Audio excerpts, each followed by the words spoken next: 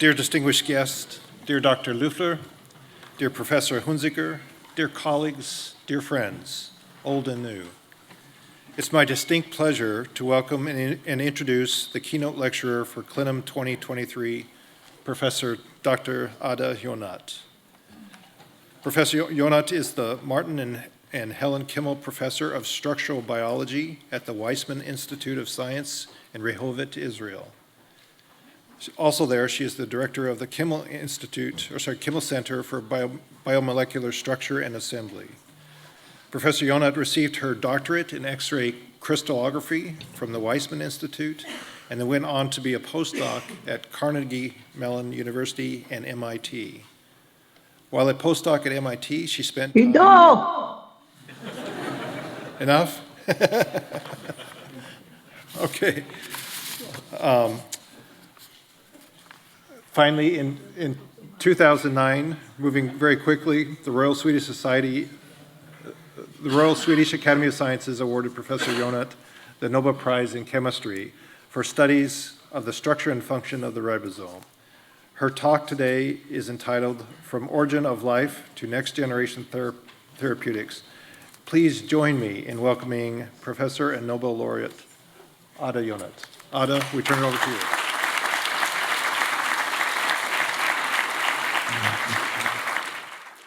Hello?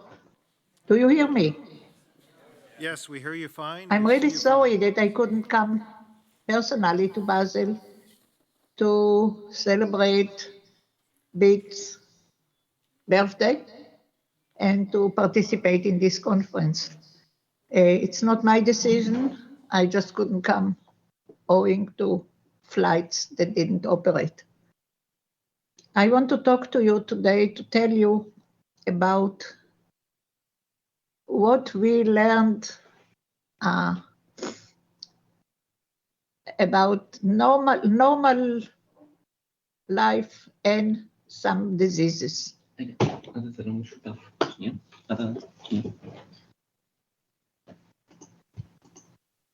I will try to start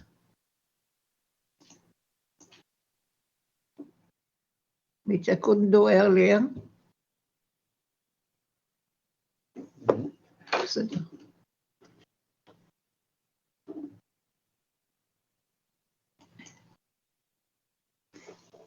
And I will talk about the origin of life, or what we think is origin of life, and how is it connected to future antibiotics of genetic diseases.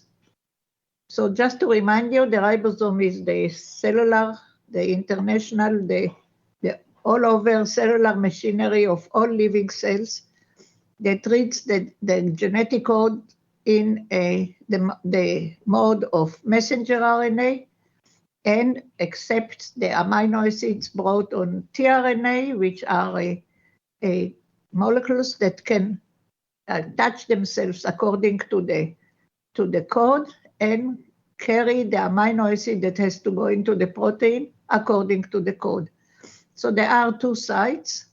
Actually, there are three, but I will concentrate on two sites on the ribosome. The A, where the amino acid is being brought, and the P, when after the bond is being made, where the newly born protein is formed and exists. Then the tRNA is living through the exit site, which I will not relate to today. So we are talking about these two sites on the ribosome. And I just want to tell you that highly active ribosomes, mammalian ribosomes, let's say in the liver, may contain up to 6 million, highly active cells, may contain up to 6 million ribosomes each. And even in bacteria, the number of ribosomes is really large, between 50 to 80,000. So we made a little movie, the way we think that ribosome works, according to the details that we saw in the structure. So here, messenger RNA is reaching the ribosome. Actually, the ribosomes are made of two subunits. It's reaching the small subunit. and goes into its path with the help of initiation factors like the blue thing here. Once the chain is in place, the first tRNA can come to the P site. It's brought by elongation factors. And after everything is ready, like the tRNA is bound according to its message, and the amino acid, this little dot here, the blue, is ready to get the large subunit or to create the whole ribosome, the entire ribosome. This is the minute that protein biosynthesis can start. So more and more tRNAs are being brought according to the messenger that is progressing, you can see here. And the whole reaction is really very fast. Here, there is a reading of the code, and we took away the large subunit so you can see how the peptide bond is being made in here. Took very fast. The newly born protein goes into a tunnel of the large subunit. Now you can see it in the large subunit, within it. And the process continues until there is a stop codon and triplet that is called stop, that are calling for stop. And then other factors are coming, like this yellow one, release factors, recycling factors, and they separated the two subunits. The newly born protein, this blue thing, can go and do what it needs, and the ribosome is ready for next job. In the movie, you saw the ribosome as one color, but actually it's made of many components, mostly ribosomal RNA, which is shown here in gray, in the small subunit and in the large subunit. Just to remind you, the small subunit is doing the decoding, the large is making the peptide bond, and many ribosomal proteins which are shown in many colors. So you can see it now rotating from all angles. So actually what happens is that small subunit is on top of the large subunit, or you can put them on and next to.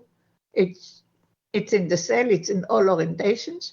tRNA is bound to the small subunit according to the code, and to the large subunit with the amino acid, and more are being accommodated. So messenger is coming from here and progresses. And the decoding center and the small subunit is connected to the PTC, the peptidyl transferase center, in the large one by the tRNA, as you saw earlier. So if we want to focus on where proteins are being made, small subunit up, large subunit down, and the position of the A and P tRNA, reading the code here and producing the bond here. And I will focus on the PTC, where the bond is being made. We looked at it in many ribosomes of many bacteria, of many animals. Whatever is done is determined, whatever structure is available by us or by others. And we saw that this little piece, the peptidyl transferase center, the PTC, is the same everywhere in all ribosomes. So we can see it from here, and we can see it from the side together with the amino acids. Just to remind you, tRNA is a molecule that is made of RNA.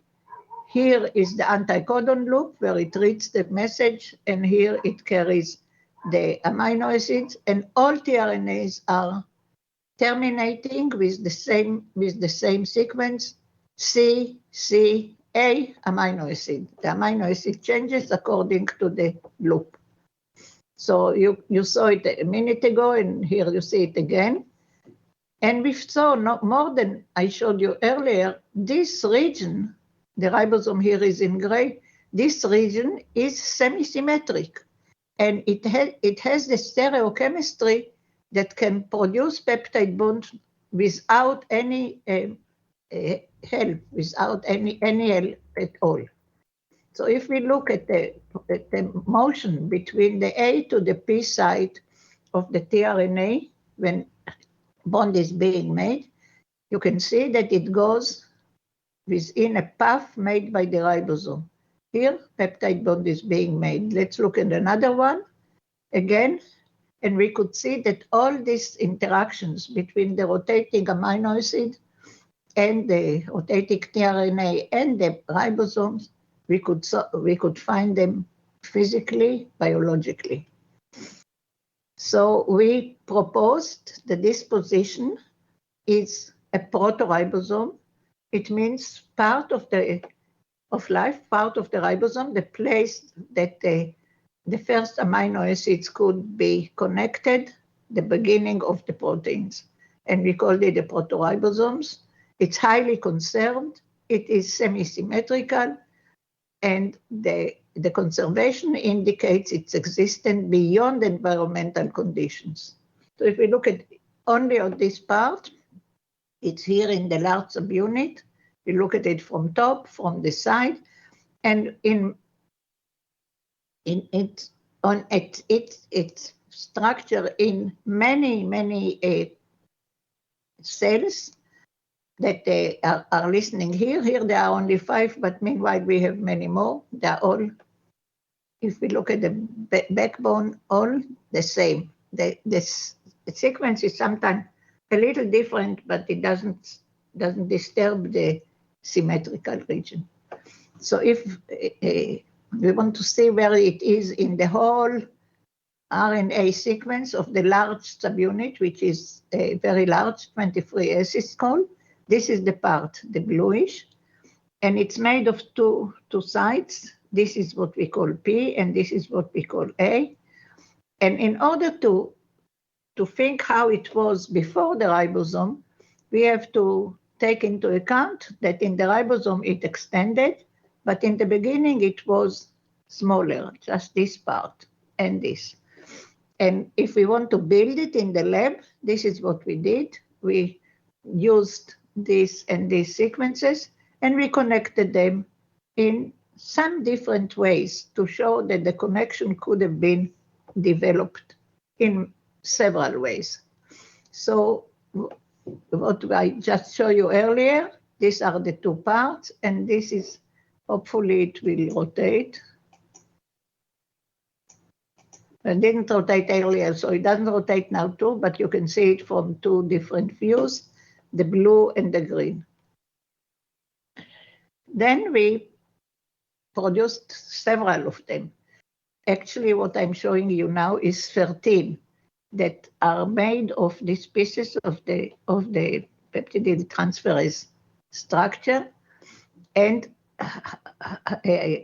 all what I'm showing are those that they made the couple, made the pocket. And here I am showing the reaction that we wanted to see, the A and the P side, how they are connected by these little proto-ribosome models. So these are the models that were shown to be dimers, as we wanted, and these are those that produced peptide bonds. Essentially, we have what we think is the proto-ribosome that is even active in making bonds. So from the proto-ribosome to the modern one, what we have today, the sequence of each component has been genetically optimized. And this indicates that the function is superior to the sequence and explaining the lack of sequence symmetry in the symmetrical region. I just want to remind you, A site is for the entrance and P site is for the exit. So the development was to change or to modify each site for its function today. When we discovered that we can produce a proto-ribosome in the lab, we sent a paper. We wrote a paper and we sent it to Nature. They didn't want to take it, and Science didn't want to take it either. Nucleic acid research took it, and then Nature had a second thought. They read it, and they thought that they are interested to comment about it. So they sent a reporter, Amber Dance, and she talk to us. And in her opinion, the whole world, the whole prebiotic world was many, many spaghetti, RNA pieces, and the two that could make something were coming up. As we are painting them, the A is in blue and the P is in green. What happened afterwards, after we determined the ribosome structure? Ribosomes are ultimate targets for antibiotics because they exist in every cell, also of the bacteria that are pathogenic, and therefore the natural antibiotics, 40% of them are targeting the ribosome. 40% of those that are clinically useful are targeting the PTC, this piece that in our opinion is the beginning of life, of the ribosome. How do they do it? It means the bacterial ribosomes are about 2.5 million Daltons, and antibiotics are less than 1,000, and they are very cleverly either stop the progression of the newly born protein, like erythromycin here, or bind to other structural and functional regions, which we are showing here. And as I said, this accounts for 40% of the antibiotics, useful antibiotics today. Useful, although there is resistance, I'll come back to it in a minute. So they can stop decoding, hinging, the motions, the bonding, and the tunneling, and small changes in functional sites. So again, let's look at what happens in the tunnel. Erythromycin, we look at the tunnel from top. Erythromycin blocks most of it, but enough not to let the protein go through. So we made a little movie about antibiotics. Hopefully it works.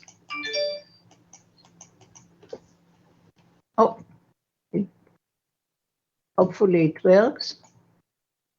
The movies are already 23 years old, so they are not the highest technology today, but they are working. So here is Ada, which was discovered in Poland, which blocks at the progression of the code. That's all what it does. It's not useful because it doesn't distinguish between bacteria and the patients, but it's very interesting.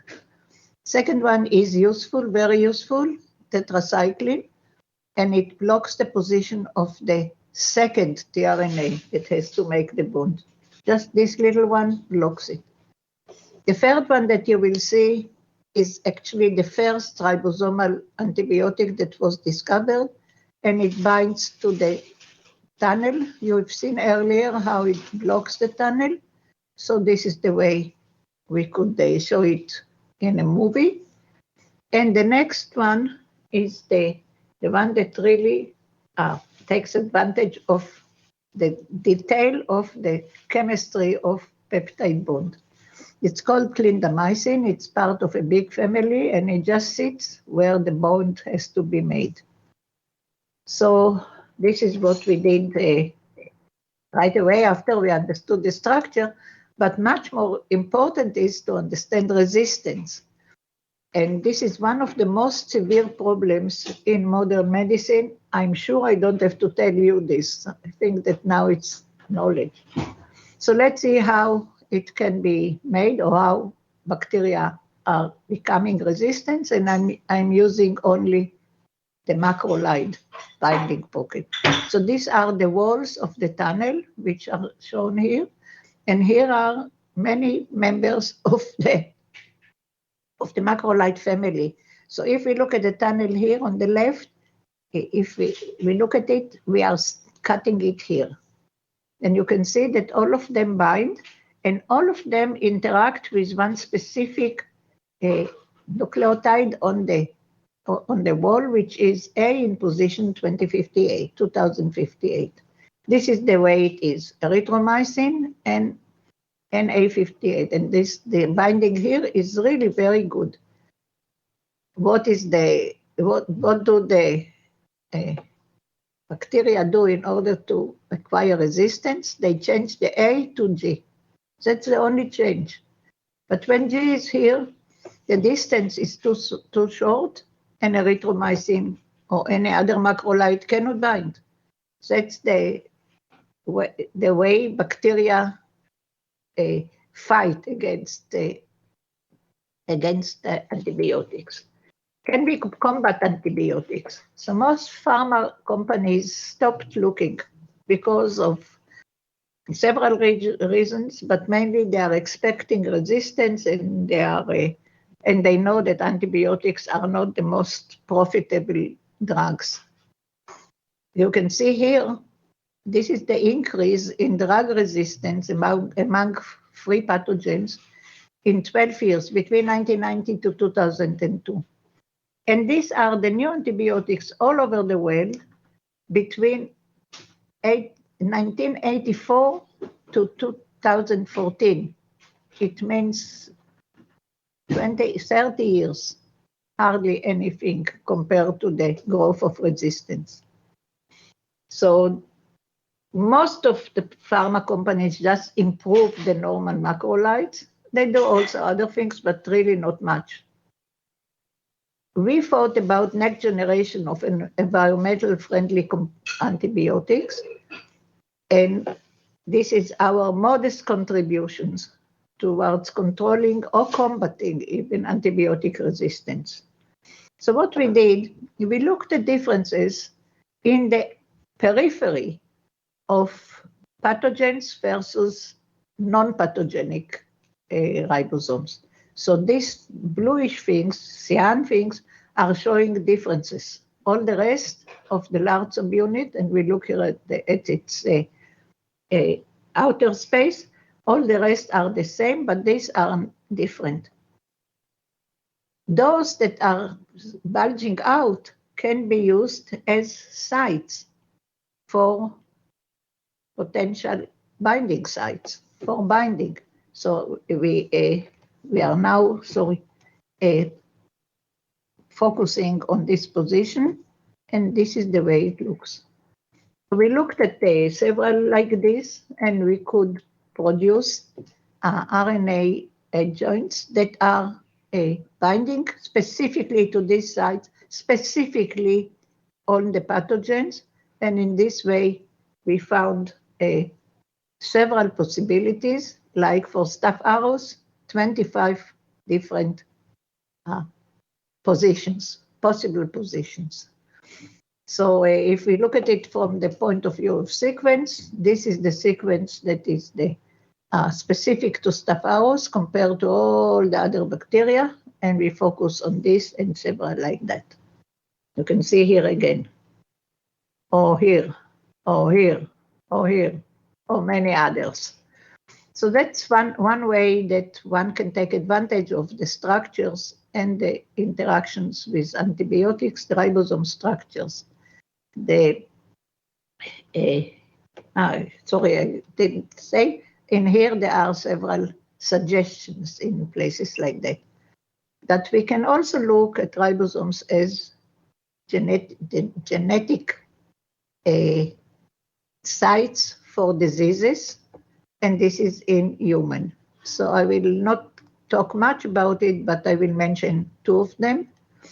So one of them is cancer, and it shows that mutations in these proteins that are shown here, RPL5, 22, each protein has a number, can be associated with the increasing percentage of cancers. We can also look at another disease called DBA. So in DBA, it's an anemia. A mutation in RNA 1248 is connected to P53 control, and this is a very serious life problem. So Actually, there are 97 different inherent mutations that are identified in all body genes. And open questions are many. Are these mutations expressed in the ribosome? We know only about the genes. We are trying to find out what are the reasons and how can they be connected to symptoms. So the symptoms are shown here, are written here, but I want also to show them here. Oops. Here. Here. Here.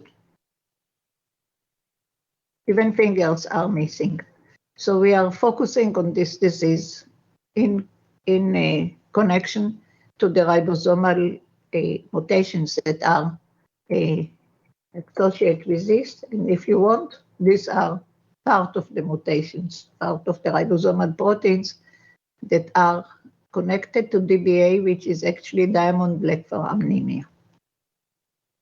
If we look at the positions of these proteins, these proteins that are connected on the ribosome, we can see it from all sides. All of them are on the surface, but not only the proteins, also the positions of the mutations. These are just the mutation, not the whole proteins, and you can see all of them are either on the surface or near the surface. And I earlier talked about surface of ribosomes, how they can be useful for antibiotics. They can also, in our opinion, be useful for fighting cancer and DBA mutations. So this is our strategy. I really don't want to read it all because I already talked about it.